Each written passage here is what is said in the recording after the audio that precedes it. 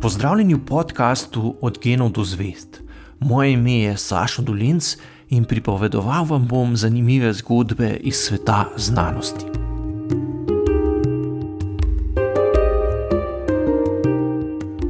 Desetega avgusta leta 1632 se je na sedežu jezuitskega reda v Rimu sestalo 5 mož, oblečenih v črne meniške halje, ki so imeli pred seboj pomembno nalogo. V imenu Rimokatoliške cerkve so morali presoditi, katere nove ideje, ki so takrat krožile med učenjaki, smejo dopustiti in katere je treba prepovedati.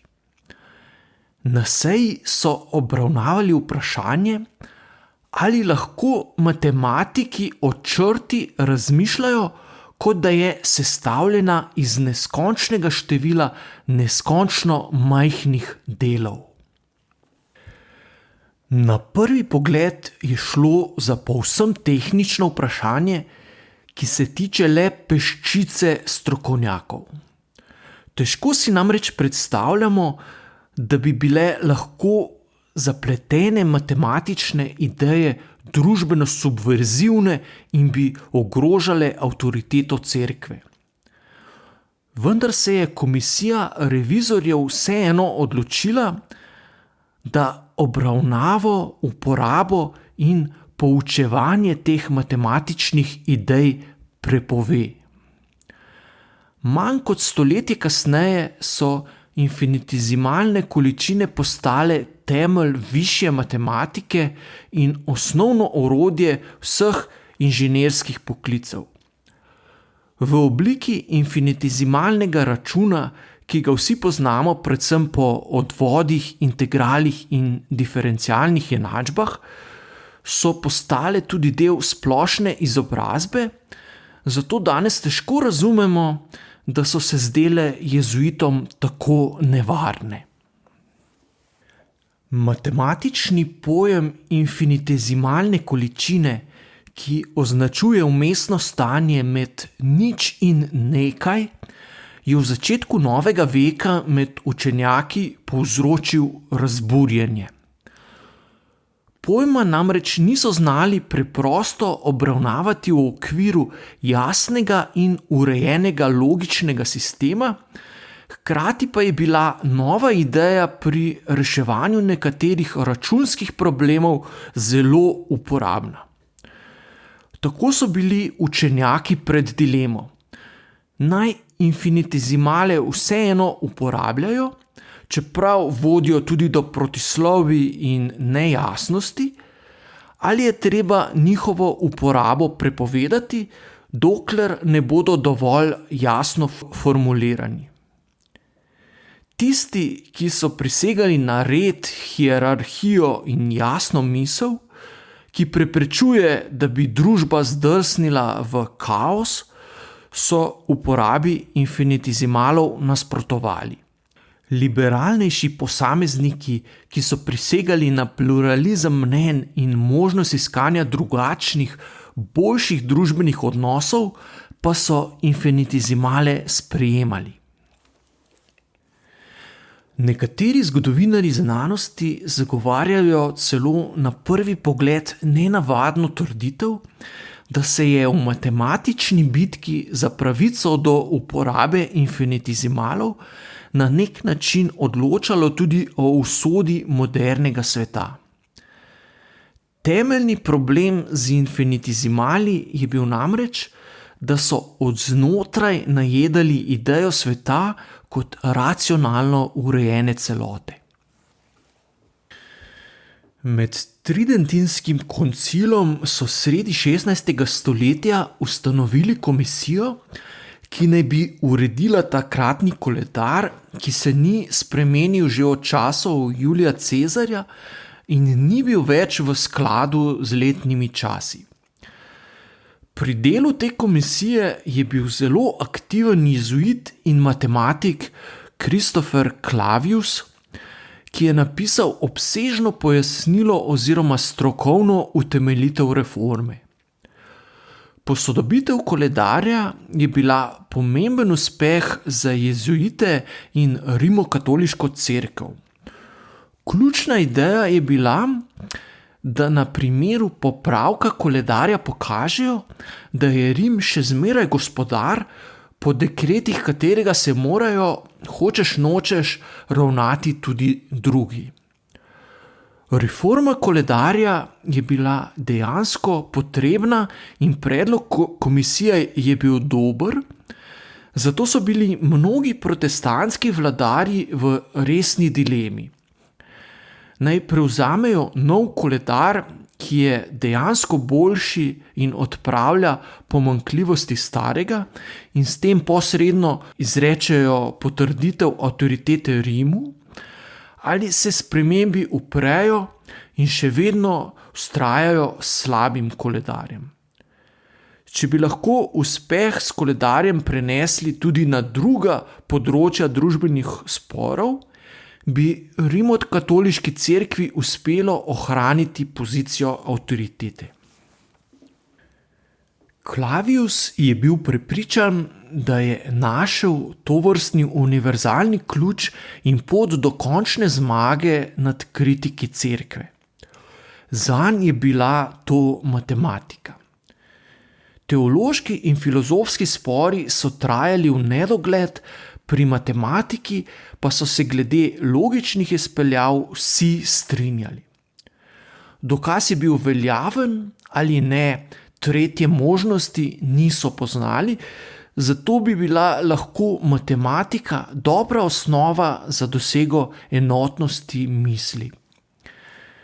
Nihče ni mogel denimo nasprotovati Pitagorovem izreku ali novemu koledarju, ki je temeljil na natančnih matematično-astronomskih izračunih.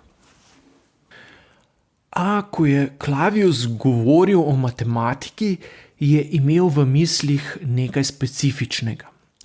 To je bila geometrija, kot jo je predstavil Evklid v svojih elementih, ki so najvplivnejša matematična knjiga v vsej zgodovini. Nastali so približno 300 let pred našim štetjem in predstavljajo sistematičen opis takratnega matematičnega znanja.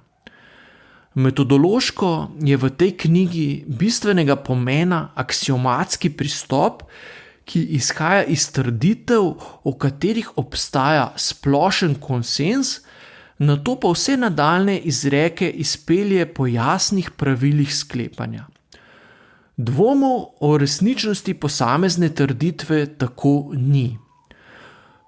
Podobno kot je Evklid celotno geometrijo spravil v jasen in pregleden sistem, o resničnosti katerega ni nihče dvomil, so poskušali jezuiti na enak način spraviti v red tudi idejno in družbeno zmedo Evrope 16. in 17. stoletja. Ker naj bi Bog uporabil geometrijo pri stvarjenju sveta, so večna in nespremenljiva matematična pravila vpisana v samo naravo in posredno tudi v družbo. Clavius je to svoje videnje matematike opisal v eseju, ki je bil priložen izdaji Evklidovih elementov leta 1574. V njem je postavil matematiko nad vse druge znanosti, saj lahko le ona odstrani iz svojih trditev vsakršen dvom. Izbor matematike je temeljil na prepričanju, da matematika pokaže, kako priti do nedvoumnih, absolutnih resnic. Zdaj nam je verjetno tudi bolj jasno, zakaj jezuiti niso mogli dopustiti uporabe infinitesimalov, čeprav so se ti v praksi izkazali za koristne. Njihova uporaba je občasno pripeljala do protislovij, kar pa je nevzdržno za formalni logični sistem, ki želi pokazati, da je nujen in univerzalen. Če če bi dovolili neskončno majhne količine, bi to pokopalo idejo matematike kot absolutno zanesljivega sistema vednosti.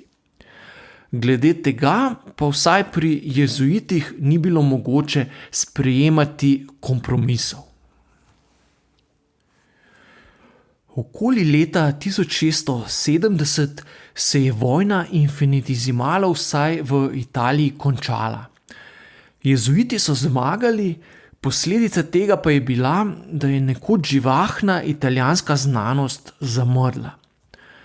Ko je sredi 18. stoletja mladi matematični genij Giuseppe Luigi Lagrangia iz Torina začel svojo akademsko kariero, je moral oditi najprej v Berlin in nato v Pariz, da je lahko počel to, kar je želel. Njegove italijanske korenine so bile hitro pozabljene in med največje učenjake v zgodovini se je vpisal s francosko verzijo imena kot Joseph Louis Lagrange. V nasprotju z Italijo se je v Angliji ista zgodba odvila povsem drugače. Na strani privržencev klasične matematike namreč ni bilo tako močne družbene inštitucije, kot so bili jezuiti v Rimu. Eden najbolj zagnanih nasprotnikov uporabe infinitezimalnih količin je bil Thomas Hobbes, ki ga danes poznamo predvsem kot političnega filozofa, a je bil tudi vnet matematik. Tudi njega je, tako kot jezuite, močno zanimalo, kako bi prišel do univerzalnega konsenza v družbi. Razmišljal je, kako bi bilo mogoče geometrijsko metodo vpeljati tudi v filozofijo in izpeljati trdne zaključke o tem, kako je najbolje urediti družbo in kako vladati, da ne zavlada kaos. Vendar njegove matematične ideje večine učenjakov niso prepričale. Anglija je sprejela infinitezimale in postala znanstvena velesila, v kateri je že kmalu zatem Isaac Newton postavil trdne temelje tako matematičnim zakonom fizike kot teoriji infinitezimalnega računa. To je bil podcast Od genov do zvezd. Moje ime je Sašo Dolenc in z novo zgodbo se vam oglasim že kmalu.